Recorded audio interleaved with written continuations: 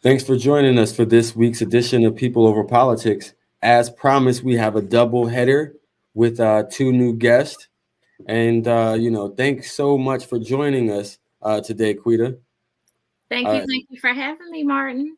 yeah, I hope you don't mind that I, called you Quida instead of, your full name, Laquita. We're family, right? We're Black USA News family, Be More News family. Absolutely. Everybody calls me Quita. That's cool. Okay, gotcha. And so, Quita, for people, who don't know you, who aren't familiar with you, of course, I'm from the Prince George's area. You're from Baltimore City. Tell people about who you are and a little bit about what you do. Okay. All right. So, in a nutshell, I do whatever the community needs. I am a housing advocate. I am the founder and director of Smalltimore Homes, and we build micro shelters and tiny homes for folks who are experiencing housing insecurity. You see behind me my very first design, which was a 20-foot tiny home. I should say is a 20-foot tiny home on wheels. I also host a weekly wellness walk with a group of 5 other women here in Baltimore. I'm on a couple different boards, a sustainability team, a a redevelopment team here in Baltimore. I just, like I said, I do what it takes.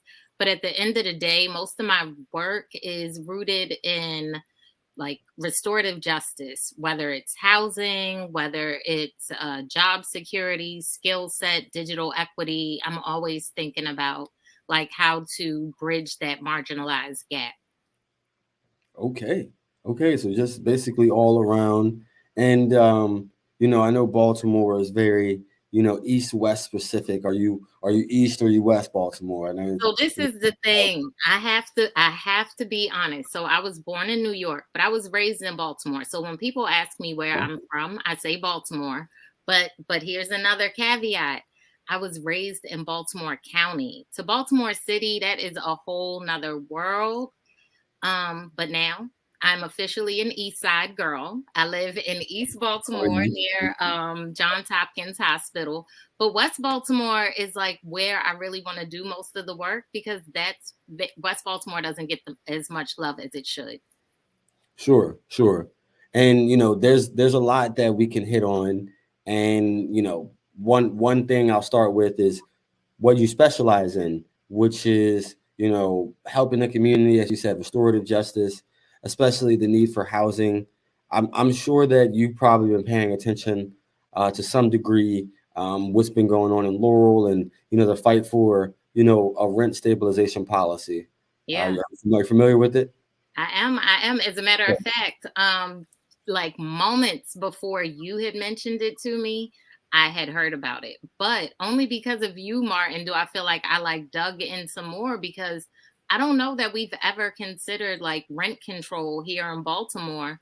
And Yeah, like the research of New York, like most people right now are like experiencing severe rent rates, right? But sure. New York is stabilized because of, from what it seems historically, because they have had their rent rolls, being stabilized. So I thought that was brilliant. I'm like, oh my God, I didn't know that this was something we could still do today. Well, I agree. And this is something that's a renewed interest and a renewed passion. And I think I said at a rally before the city council meeting this past Monday was I read a New York Times article that said the rent revolution is coming. But, the rent revolution has been here a long time in Laurel. We've been negotiating with landlords, since early this year, Right. trying to help. There's been some 30, 40, 50, 60% in which we've been able to negotiate into single or double, low double digits. Right. But of course, we got to do something long term. And one of the things that I wanted to, just make sure to highlight was New York does have, the rent control policy in a lot of their properties and a lot of their jurisdictions. But, what we're asking for is, a bit different. It's called rent stabilization. Hmm. So rent control is like capped to a certain dollar amount, where rent stabilization is generally more like a percentage. So it's What equitable. percentage increase? Yeah, what percentage of increase you can have annually or biannually. a Right. trial or things of that nature. So, Right. it's not like you can only charge $1,700 and at this fixed rent. It's not like that, but it's saying, annually, I think for our policy, what we ask for is 3%. And so it's to say that you can only increase your lease 3% each year. And if you need to increase it more, there's a process, to go through that. And especially you would have to, prove why, that you need this extreme increase. But I think that, it should definitely be capped at like 10%, because I don't think that, residents should be facing, you know, $100 increases from year to year, especially given that, you know, things are rough. And I think one of the landlords said is, increases should keep up with inflation. And I responded like, well, increases have not kept up with It inflation. needs to be I've higher. seen, I've Right. seen I've seen increases of 30, 40, 50%, where inflation was only, 8, 9, 10. So, please If explain that. that. Right. So Right. Right. No, I totally agree. And then one of the things that you mentioned, um, the fact that even though New York did have its rent control policy, it still is outpricing a lot of people. Like there are, like, let's not get it twisted. Like New York is still extremely expensive, but they were able to leverage that. And so it balances out the statistics. But there are still people that are living, foot to mouth in New York. And to your point, like here in Baltimore, I don't know, I feel like rent increases like can only be up to 20%. I feel like there is some sort of like legal situation, but I don't know that there's any real repercussion or like what happens if it's above 20%? What does the renter do? They don't just stop paying their rent. Like Baltimore is known not to be tenant favorable.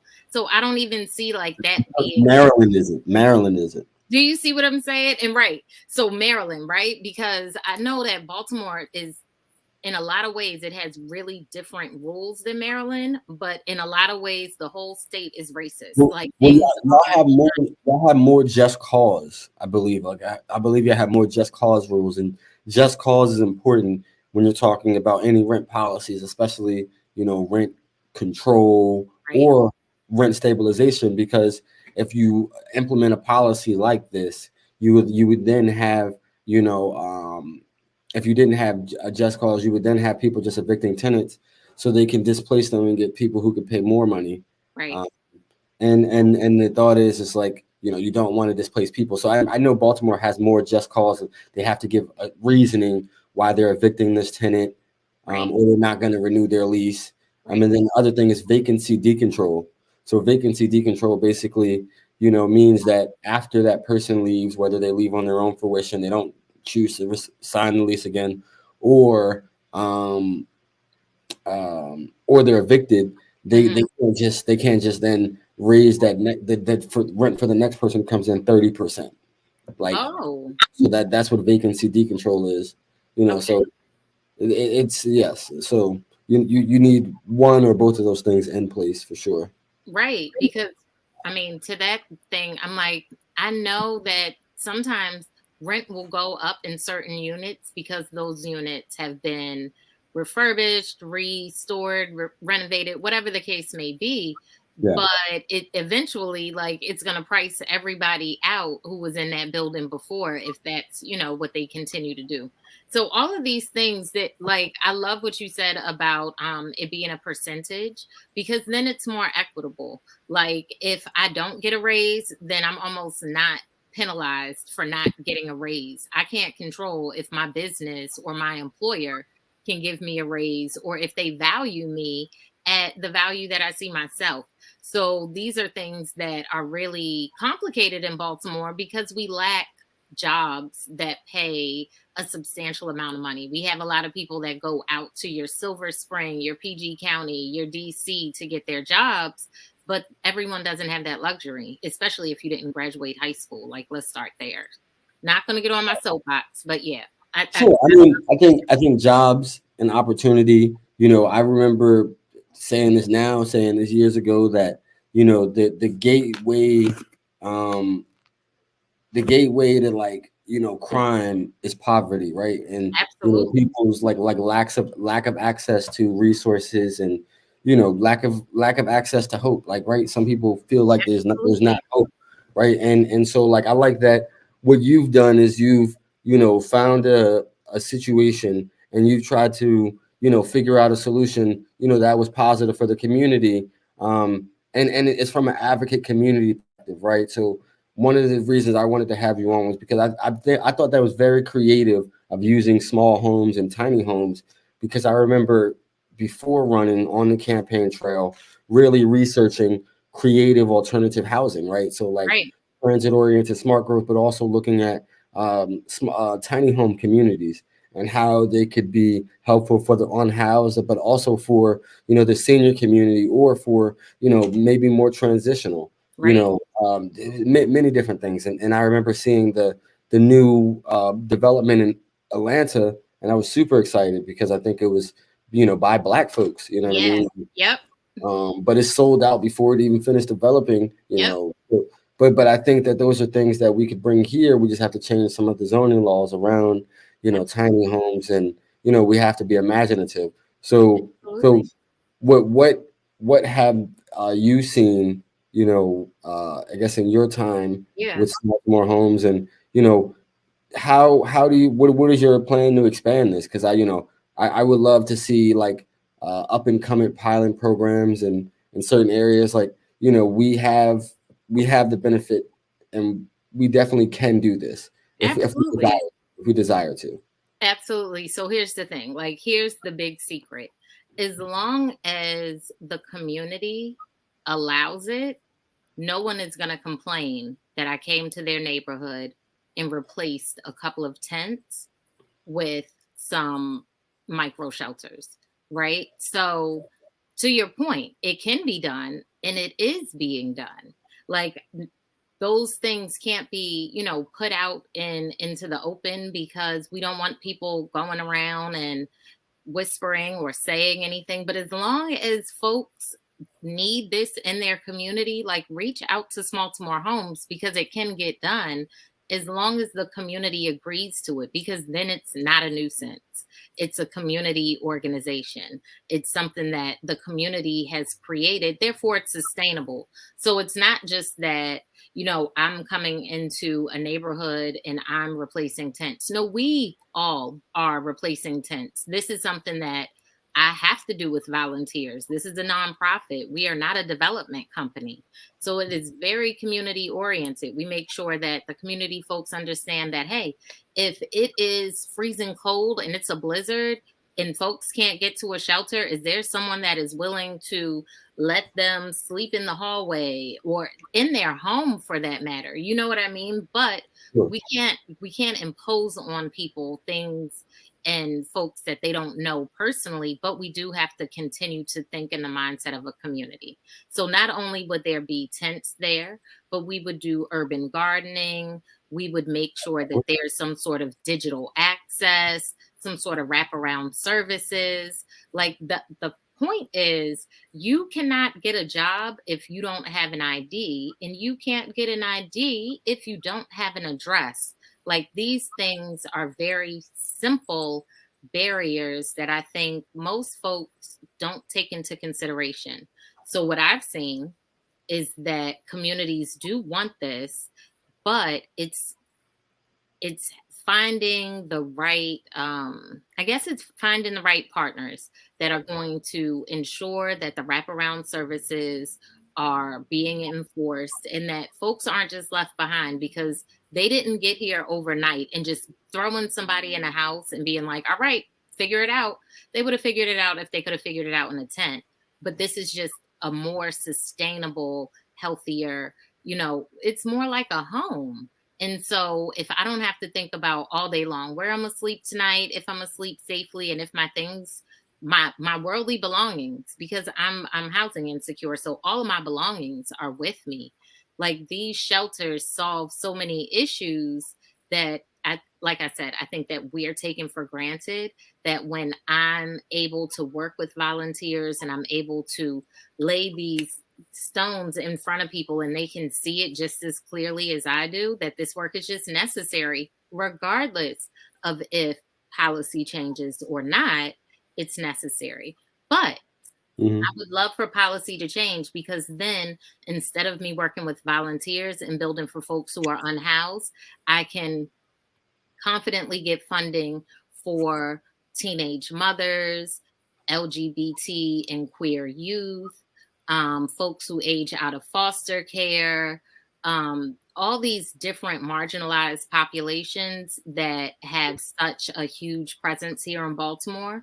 They would benefit from village living, like just being in a cohort of other council members or other folks that advocate for cannabis, you know that they are speaking your language, and it's not a stressor. It's like community. It would be the same way for these folks in their villages, right? Like they can speak to folks about how to secure a job, who tolerates the fact that they are unhoused, because let's face it, folks will go to get a job, they'll have a shower, have on new clothes, and folks will see that they are staying in a shelter and say, oh no, we don't have any work, or you're not the guy for the job, just for that reason. So there's even still like some sort of, you know, issue with the idea that this person is unhoused, even if they went through a divorce, they are underwater because they lost their job, it's medical bills. There's so many reasons that people can be unhoused that have nothing to do with drugs or mental health, that's where everybody starts. And it's like, no, that's not the only reason. Like there's so many systemic reasons that need to be addressed.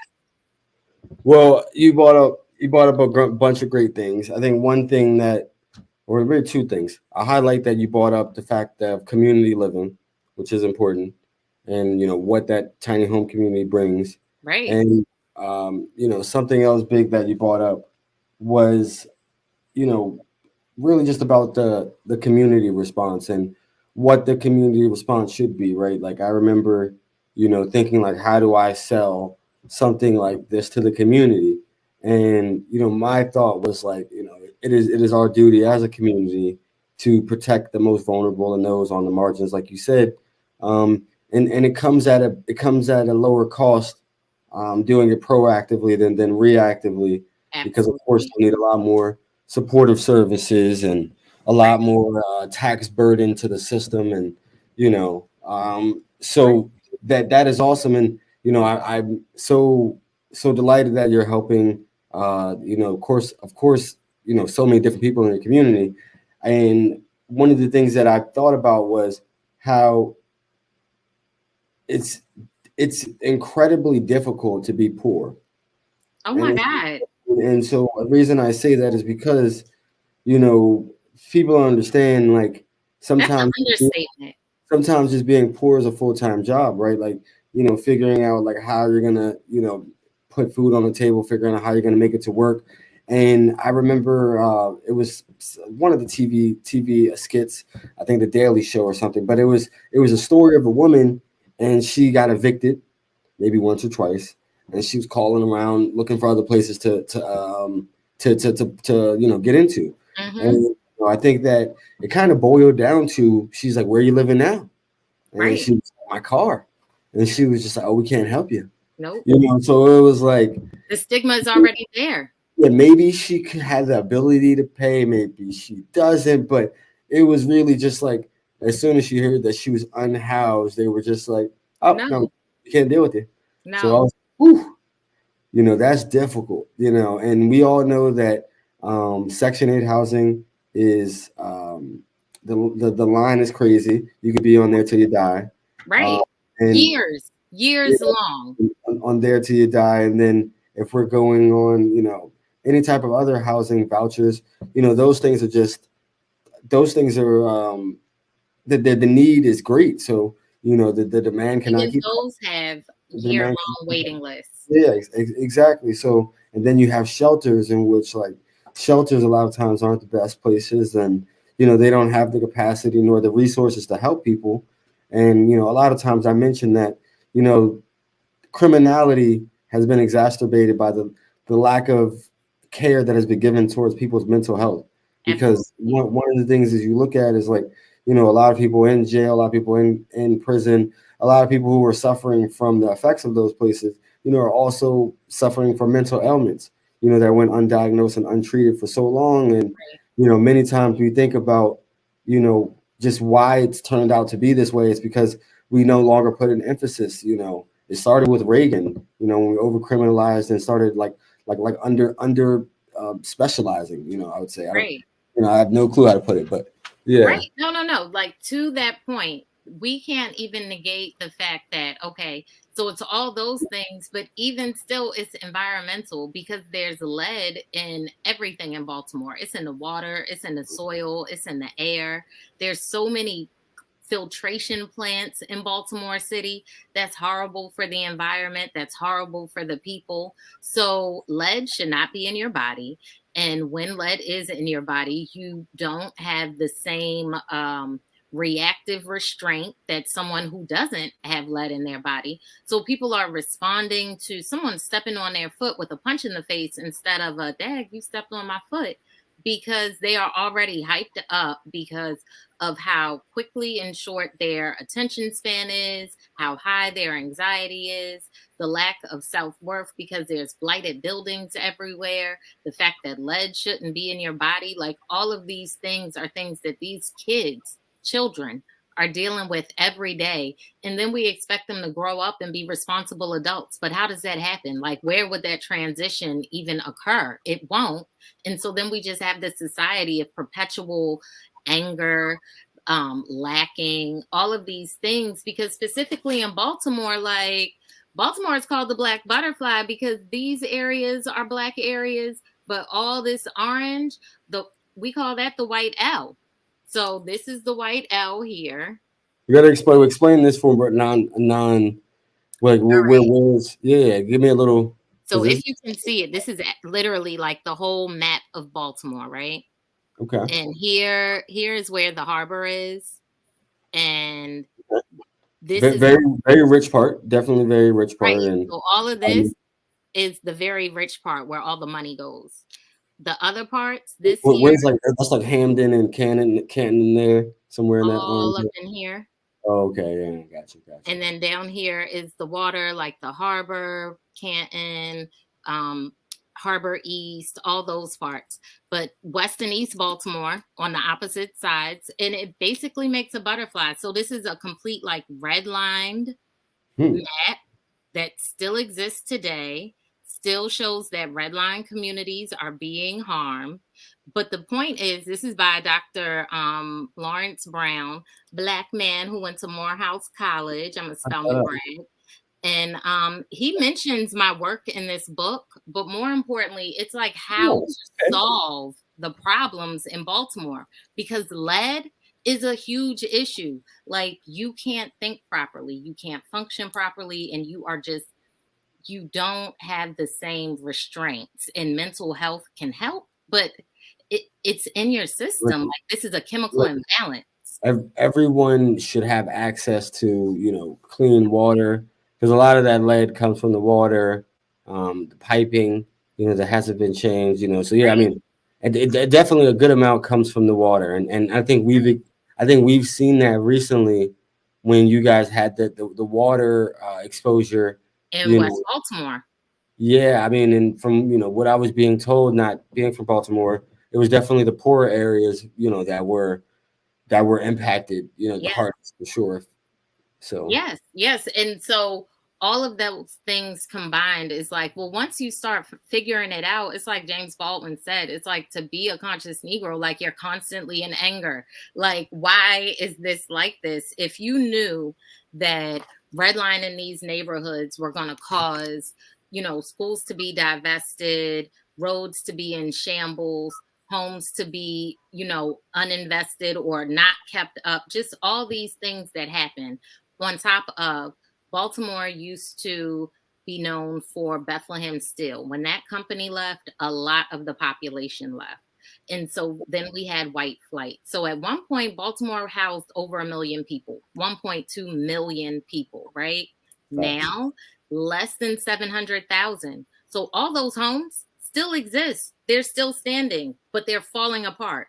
So it's like all of these combined issues makes Baltimore's homeless issue and housing insecurity different than a San Francisco, different than a Seattle, different than New York, different than all these places, because one, we have to get rid of the lead. Like, the lead needs to be removed, and, Yeah. and communities need to be invested in. Like, if we continue to let the schools have these awful pipes that have lead in them, and these the air conditioning doesn't work, the heating doesn't work, like, the kids aren't going to learn, they're going to drop out. What do you expect? Like, this is just the perfect melting pot for folks not to survive, and us to constant be in survival mode and never being able to thrive, because we're just, oh my God, running, running, hustling, hustling. So the Black Butterfly, to bring it all back, lists 8 to 15 different ways that people can get involved, different trust funds to apply to, different ways to rehab and basically revitalize Baltimore, because it's necessary. I'm gonna definitely pick up that book. I definitely love a good book, and I see it's a hard copy, so I'm gonna check it out. And Yeah. so, I understand that lead is going to continue to be a problem. I understand that there's a huge, unhoused community.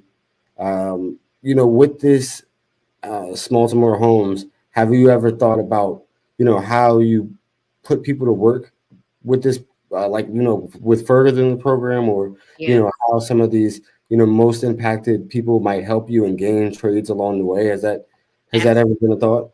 Yeah, so absolutely. So with the capacity of Smalltimore, like, we're at our capacity. However, partnering with other organizations who are already doing workforce development, like Baltimore City's Family House of Children's Services, the Mayor's Office of Employment, working with other organizations and talking to community members like Civic Works. They build tiny homes, but they are but they're not for people who are unhoused. That's what I'll say.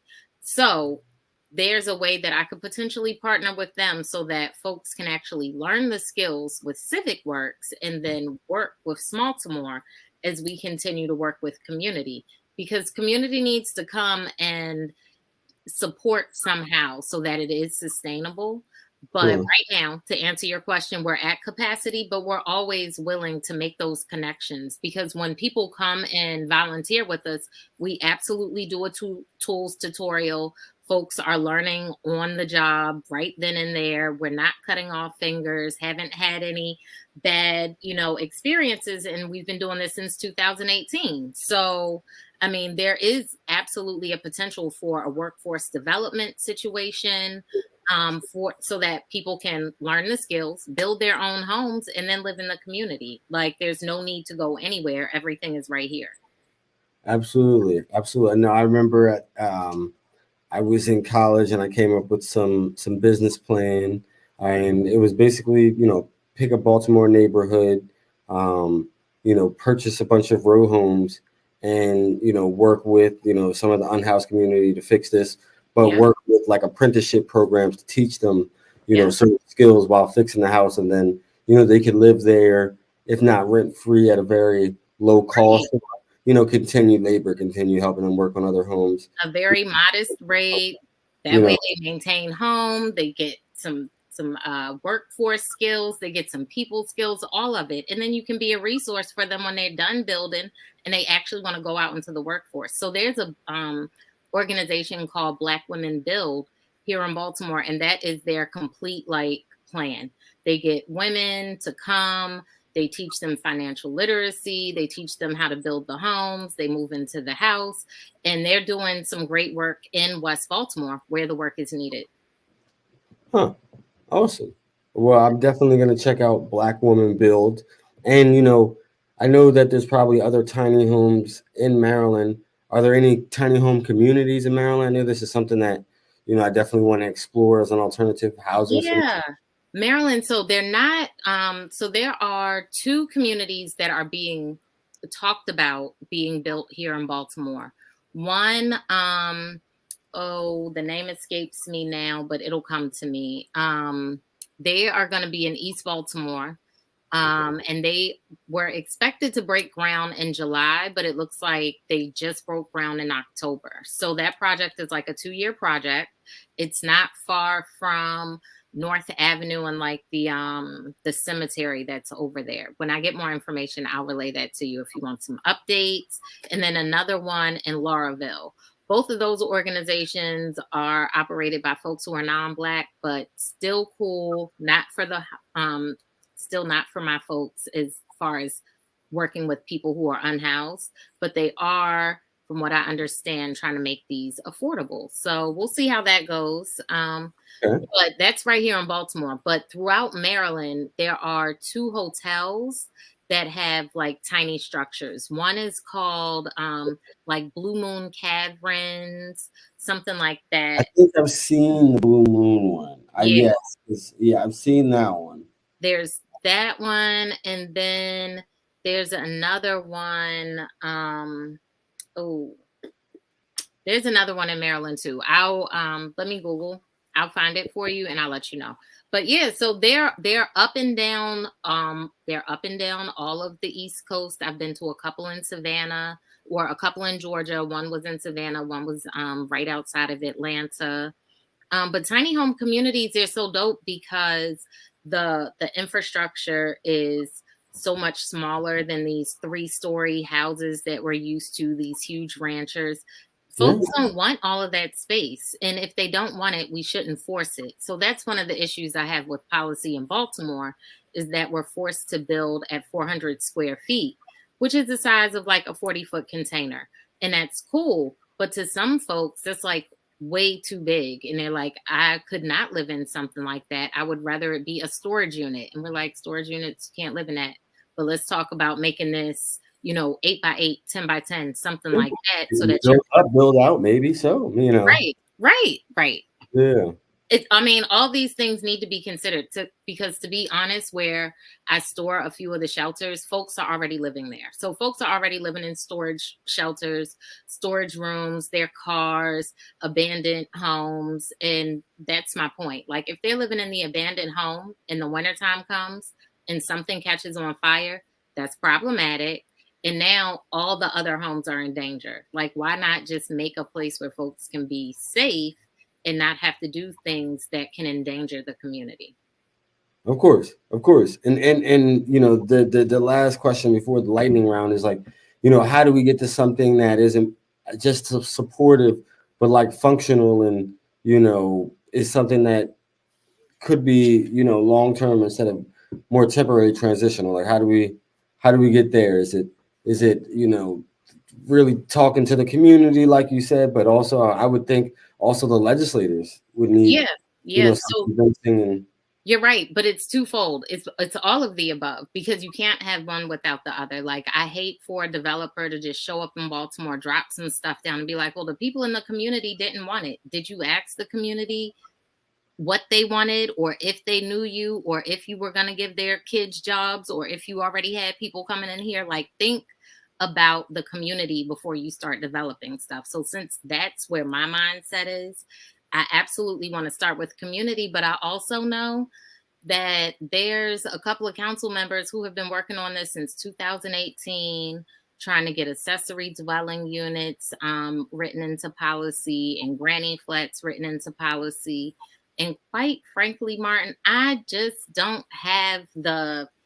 I don't have it in me to sit there and argue with folks about what I know is right. Like everybody deserves housing. So I'm gonna let them fight that fight.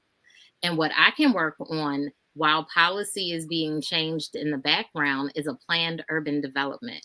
If I can identify a specific piece of land to build a village on, then that is where, the city is going to approve it. And that is where we can start to build a village. So community members point to a piece of land. We go to the city, they approve a planned urban development. We submit the tiny home plans and move forward from there. But that's how we do it while policy is still doing what policy does, because that is a part of it. okay. And I mean, I think that's something to continue exploring because, I think that for me, I would love to be able to see like a senior tiny home community, like, maybe that be like a pilot program, because I know Yes, a lot of times seniors, these are empty nesters, these are people who are downsizing, these are people who are moving into senior communities, and it's still very much community vibes, but exactly. you know, Exactly, but it's independent. And so bring me back on one day and we can talk about that, because the beautiful thing about the seniors is that we can bake in so many different like healthcare aspects that are checking air quality and making sure that they're sleeping and breathing properly, so that they're even healthier than they were in the homes before, but they're paying less and they're living more comfortably and they're living off the garden in the neighborhood. So bring me back. We'll talk about it. Like, I have so many ideas. sure, sure. I mean, my heart is in this anti-homelessness and displacement act and Right. law for rent stabilization. But right after that, we hope to get that done early in the year, For sure. or I'm sorry, late this year, at the very earliest, first thing next year. So that's definitely something that we're working towards. Oh, wow. That's dope. That's awesome. Yeah, no, no, no, for sure. I mean, and so, one of the things that I was going to ask you was, of course, of course, I know you're an educated voter. I know Yeah. that you're engaged, and so it's early voting time, Yes, and I know that you're going to go to the ballot. Are I am. you going to vote yes on question 4? I am. Yeah, that was the last place I saw you was Absolutely. at Yes. the for press conference at the what was it Impact Hub. Impact Hub right there on North Avenue in Baltimore. A lot of great things go on there. Yeah. Yeah, I mean, I love the Impact Hub. I love that idea. I love food halls. All those things are community oriented, and Yes. we need to see more of those. So Yeah. absolutely. The next question I was going to ask you was, are you a Pepsi or Coke type of person? Neither. I do not drink those dark sodas. Nope. Fair. That's fair. I mean, hey, I'm a ginger ale type of person, so I feel you there. That's Definitely. me. If I had to pick one, like I used to only drink ginger ale. I don't even drink ginger ale anymore. Like I make ginger water and leave it at that. Mm, okay. Hey, you can never beat some real authentic ginger. Yeah. Yes. Well, Get you right. absolutely. And so who is your favorite superhero and why? So who is my favorite superhero and why? Foxy Brown, because it's a black woman. Okay. Okay. Hey, I didn't hear that. I didn't see that coming, and it's never been said before. But at the end of the day, I'm rooting for anything black, so I'm definitely here for that. I Yeah. appreciate you. And so the last thing was, you've been awesome. You're doing great things in the community. We want to see you continue to do great things. Hope to work with you, in the future. I know we're part of the Black USA News Network, so we'll definitely continue to be family. Black Media Matters. But how do people stay in contact with you? How can they get in touch with you after this? Yes, so Smalltimore Homes, SMALLTIMORE.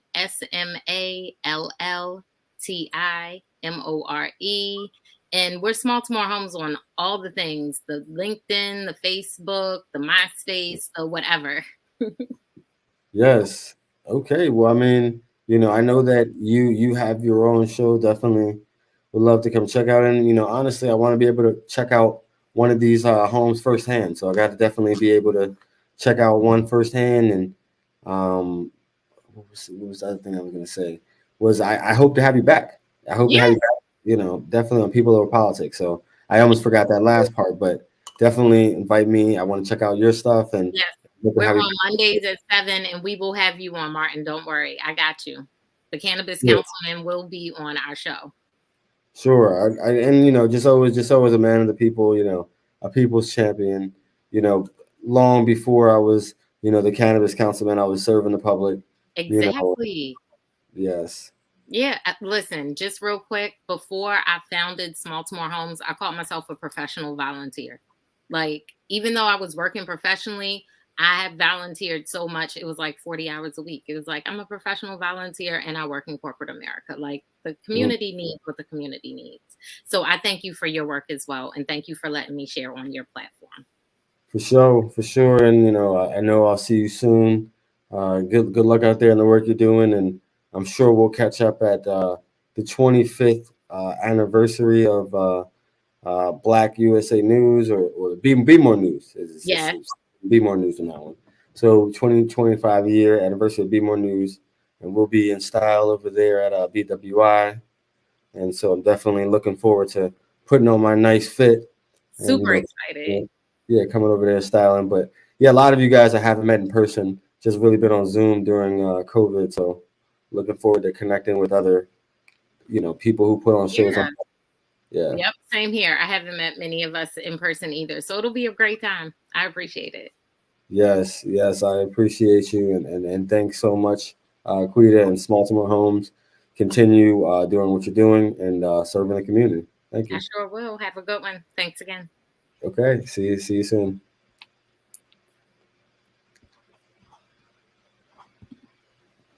That was Quita. Of course, we always love new guests, especially coming from different areas. She's coming from Baltimore. As we know, Baltimore is a place that has a lot of culture. Will continue to have a lot of culture, and like many other places, just needs some love and creativity, right? So I appreciate her for doing the work and bringing creative solutions to Baltimore. And I look to use some of this inspiration in Laurel, right? Like we need alternative housing. We know that we need more affordable housing, and I think that exploring other ways, rather than the conventional way, the single family or the townhome, exploring really alternative creative ways, could be a step forward for us, and could help a lot of people. So that meant a lot to me, to have someone doing the work there without all of the support of the local government, but just there for the people. Thank you. Appreciate it. See you next time on People Over Politics. Hey, don't forget, early voting started this week. So, no matter who you're voting for, get out there and voice your opinion, because your vote matters. And without voting, you don't have a voice. And cannabis is on the ballot, one of my favorite subjects. So get out there and go exercise your right. Have a good one. Ooh.